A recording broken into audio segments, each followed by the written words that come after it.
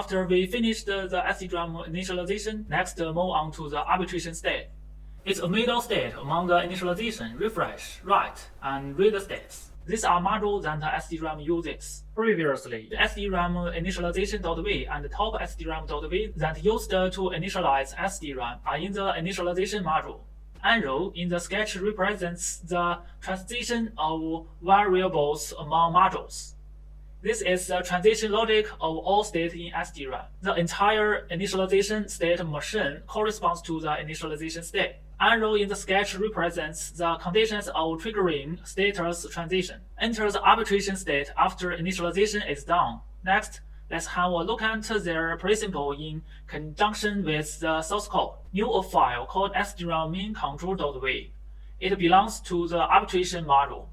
Before powering on or being called under reset status, SDRAM is the idle state by default.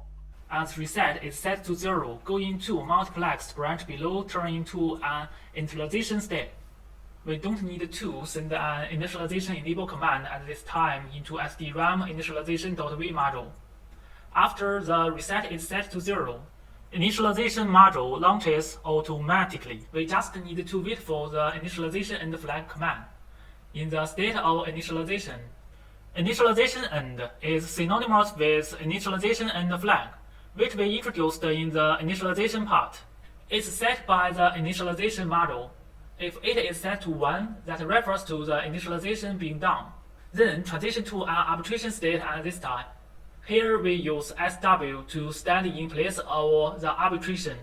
In the SW state, refresh request is set by the refresh module, then transmit to the arbitration module. If refresh request is set to 1, then go into the refresh state.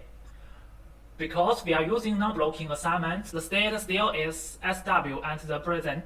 After SW and refresh request enable equals 1.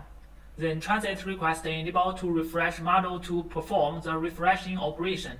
If the write request is 1 and the refresh request is 0, state turns into write.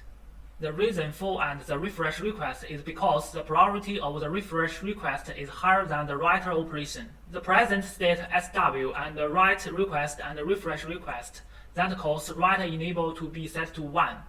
It is transmitted into the write module to launch a writing operation.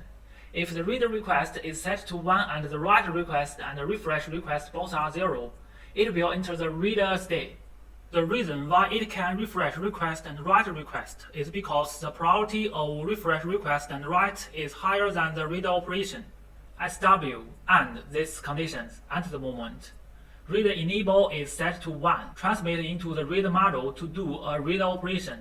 In the refresh state, once receive a refresh end setting command from the refresh module, which means the refresh operation has been done. Then go back to the arbitration state in the write state. If receive a write data end or write refresh break end command from the write module, the state is set to SW. The reason why we need to judge the write refresh break end is because the refresh operation has priority over the read and write operation. Thus, once the time has taken 15.625 microseconds, it will need to turn into SW from the write state soon. Then switch to the refresh state in order to perform the refresh operation. The read state has the same principle as the write state. I will not repeat it here. Finally, we finished the configuration relating to the SDRAM controller arbitration module.